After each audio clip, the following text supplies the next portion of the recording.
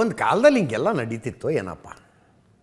ಈಗ ಓಕೆ, ನಿನ್ನ ಬೆರಳಿಗೆ ಇಂಕಿಲ್ಲ, ಬಾ ಓಟ್ ಹಾಕು ಅಂದುಬಿಡ್ತಾರ. ಬೆರಳಿಗೆ ಇಂಕ್ ಇದೆಯೋ ಇಲ್ವೋ ಅನ್ನೋದು ಮತದಾನಕ್ಕೆ ಅರ್ಹ ಹೌದೋ ಅಲ್ವೋ ಅನ್ನೋದರ ಏಕೈಕ ಪರೀಕ್ಷೆಯ ಅಂತ ನನ್ನ ಪ್ರಶ್ನೆ. ಓಟ್ ಹಾಕೋದಕ್ಕೆ ಬಂದಾಗ ವೋಟರ್ ಐ ಡಿಯಲ್ಲಿ ಅಂತ ಕೇಳ್ತಾರೆ.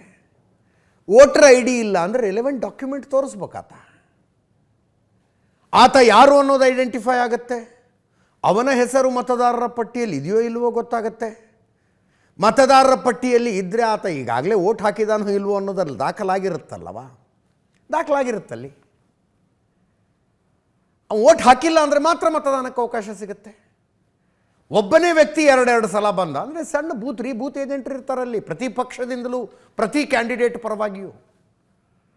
ಲೋಕಸಭಾ ಚುನಾವಣೆ, ವಿಧಾನಸಭಾ ಚುನಾವಣೆಯಲ್ಲಿ ಸ್ವಲ್ಪ ಮೈ ಮರಿಬಹುದು ಬೂತ್ ಏಜೆಂಟ್ರು. ಇದು ಲೋಕಲ್ ಬಾಡಿ ಎಲೆಕ್ಷನ್ನು. 10 ಓಟ್ನಲ್ಲಿ ಹಂಗೆ 10 ಓಟ್ನಲ್ಲಿ ಹಿಂಗೆ ಆಗುತ್ತೆ ಎಲೆಕ್ಷನ್. ಕೂತ್ಕೊಂಡಿರ್ತಾರಲ್ಲಿ, ಆವಾಗ ಓಟ್ ಹಾಕಿಲ್ವಾ ಮತ್ತೆ ಯಾಕೆ ಬಂದೆ ಅಂತ ಕೇಳ್ತಾರೆ.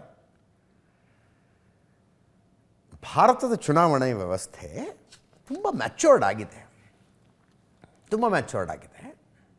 ಗೊತ್ತಿಲ್ಲ, ಹಿಂಗೆ ಕಳಿಸ್ಕೊಂಡು ಬಿಟ್ರೆ ಮತ್ತೊಮ್ಮೆ ಓಟ್ ಹಾಕ್ಬೋದಾ, ಎಲ್ಲಿಗೆ ಹೋಗಿ ಹಾಕ್ತಾರೆ ಓಟು, ಅಲ್ಲೂ ವೋಟರ್ ಲಿಸ್ಟಲ್ಲಿ ಹೆಸರಿದೆಯಾ, ಎರಡೆರಡು ಕಡೆ ವೋಟರ್ ಲಿಸ್ಟಲ್ಲಿ ಹೆಸರಿದ್ದರೆ ಬಿ ಎಲ್ ಎಗಳು ಏನು ಮಾಡ್ತಿದ್ರು, ಪ್ರಶ್ನೆಗಳೆಲ್ಲ ಬರ್ತವೆ.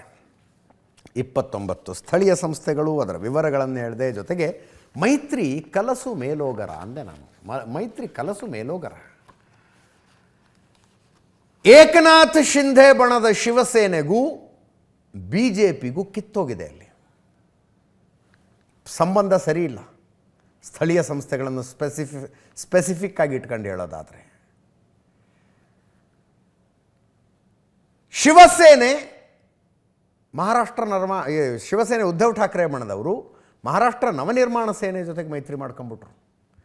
ಅದನ್ನು ನೋಡಿದ ಮೇಲೆ ಅನಿಸಿದ್ದು ರಾಜ್ ಠಾಕ್ರೆ ಉದ್ಧವ್ ಠಾಕ್ರೆನೇ ಒಂದಾಗ್ಬೋದು ಅನ್ನೋದಾದರೆ ರಾಜಕಾರಣದಲ್ಲಿ ಯಾರು ಬೇಕಾದರೂ ದೂರ ಆಗ್ಬೋದು, ಯಾರು ಬೇಕಾದರೂ ಒಂದಾಗ್ಬೋದು.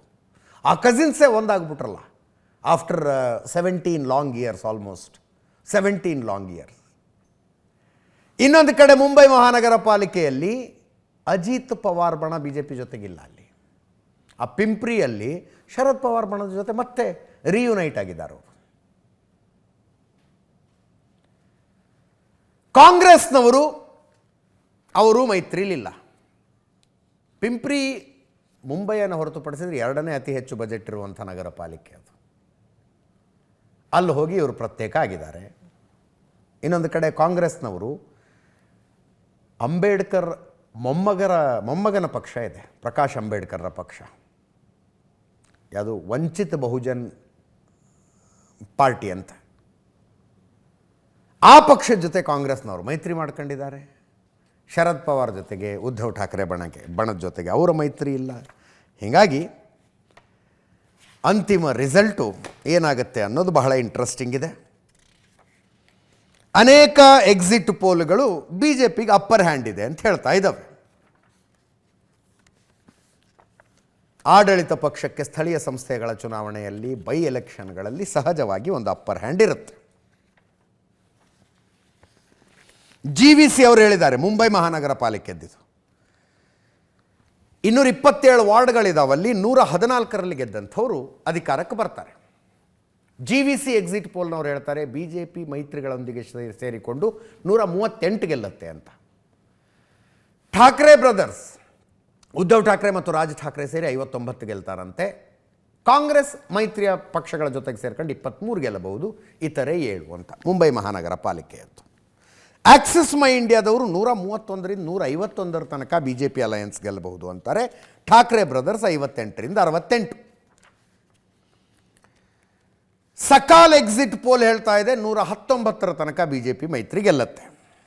DV ರಿಸರ್ಚ್ನವ್ರು ಹೇಳ್ತಾರೆ 107ರಿಂದ 122 ಬಿ ಜೆ ಪಿ ಮೈತ್ರಿ. ಜನಮತ ಎಕ್ಸಿಟ್ ಪೋಲ್ನವ್ರು 138 ಬಿ ಜೆ ಪಿ ಮೈತ್ರಿ ಗೆಲ್ಲತ್ತೆ ಅಂತ ಹೇಳ್ತಾರೆ.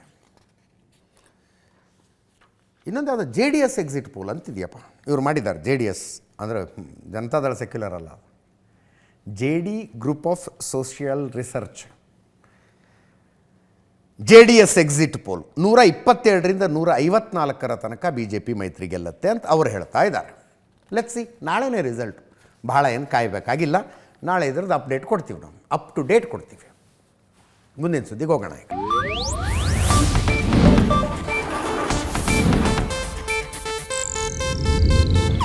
ಇದು ಏಷ್ಯಾನೆಟ್ ನ್ಯೂಸ್ ನೆಟ್ವರ್ಕ್ ಪ್ರಸ್ತುತಿ.